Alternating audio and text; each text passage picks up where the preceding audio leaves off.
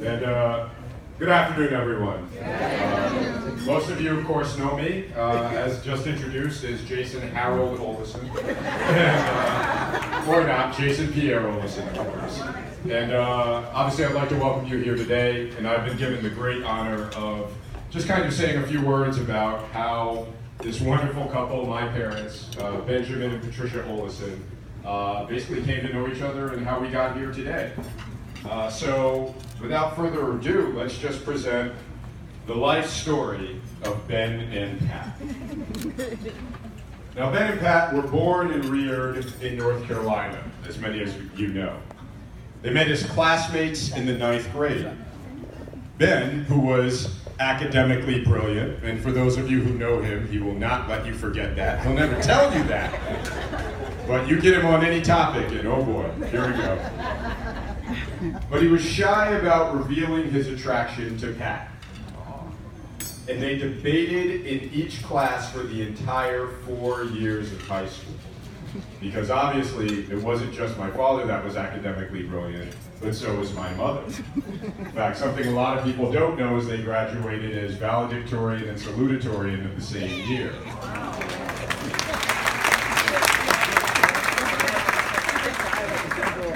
I'm not going to tell you who was which one.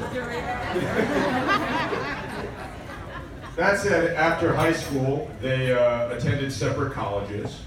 And they actually didn't meet again until after college, when Pat was teaching school at their former high school, and Ben, who was too young to escape the military draft after college, was home on leave from Army basic training. Well, they began to officially date at that time. 30 days after they started dating, Ben was stationed at an Army recruitment facility in Philadelphia, Pennsylvania. But each weekend for the next 4 years, they would meet in Washington, D.C., with Pat driving 6 hours from North Carolina to D.C. to be with her Ben. Now that is commitment. And bear in mind, we all know this is before the days of GPS and, satellite radio, so that was something. Anyway, in the spring of 1966, they secretly became engaged to be married on July 20th, Pat's birthday. However, when Ben went to apply for the marriage license, he was informed that in Washington, D.C., the marriage would have to wait until 5 days after the application so as to be published in the newspaper. This meant that the marriage had to take place on July 22nd, 2 days after Pat's birthday. So they were foiled there, but hey, this now meant that in July they have 2 celebrations instead of 1.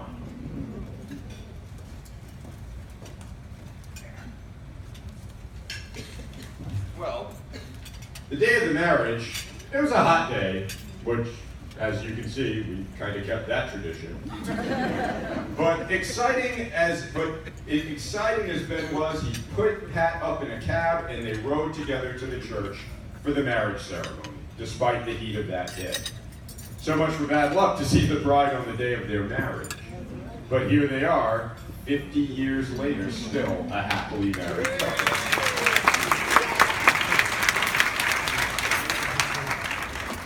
Now, in any case, as you'll recall, this was all done in secret, so this was an elopement. They did elope.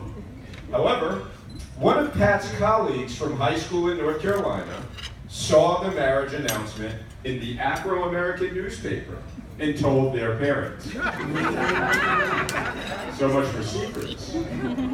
But by this time, the marriage was done and congratulations were sent by all. Ben and Pat continued to meet on the weekends in Washington, D.C. for another 2 years. Once Ben was discharged from the Army, they were finally able to live together, and they have been inseparable ever since.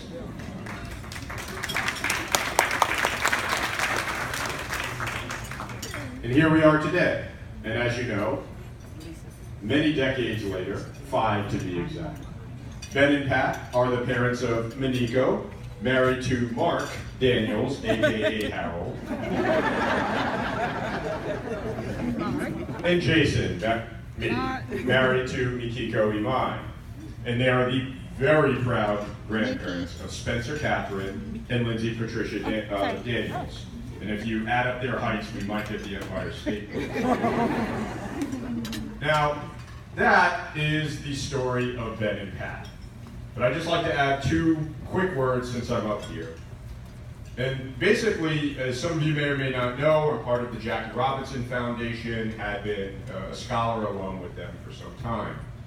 And when I look at my parents, I'm reminded of one of Jackie Robinson's great sayings, which is, a life only has meaning insofar as the impact it has on other lives. Wow.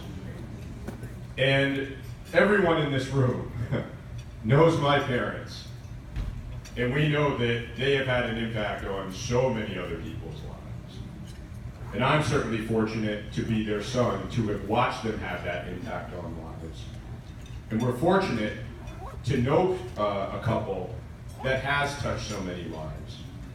And to be honest, for those of you who know them, many of us have tried to slow them down from having such an impact on so many people's lives.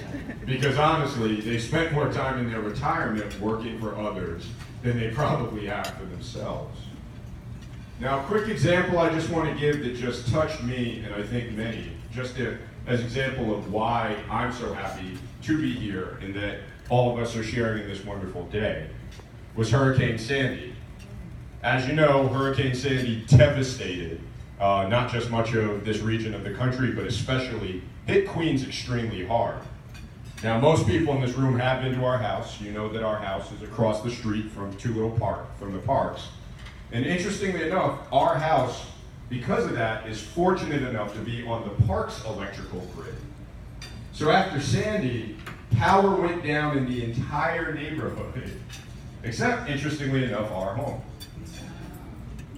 What's fascinating about this period after is I found out that mom and dad were basically running a halfway house at that point. Because we were the only house in the neighborhood, or one of the few that had power, they just freely opened the doors and invited neighbors in, didn't matter, to come by, take showers, wash laundry, recharge their phones, you name it. How many people do you know are going to do that in a situation like that?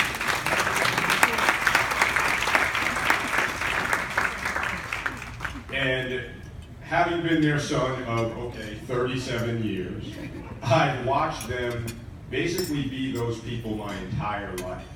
And many of you for even longer than me. So I want this day to be a thank you for mom and dad always being there. But more importantly, I think we'd all like to thank everyone gathered for being here today for them to help them celebrate this eloped couple, what is effectively their wedding day.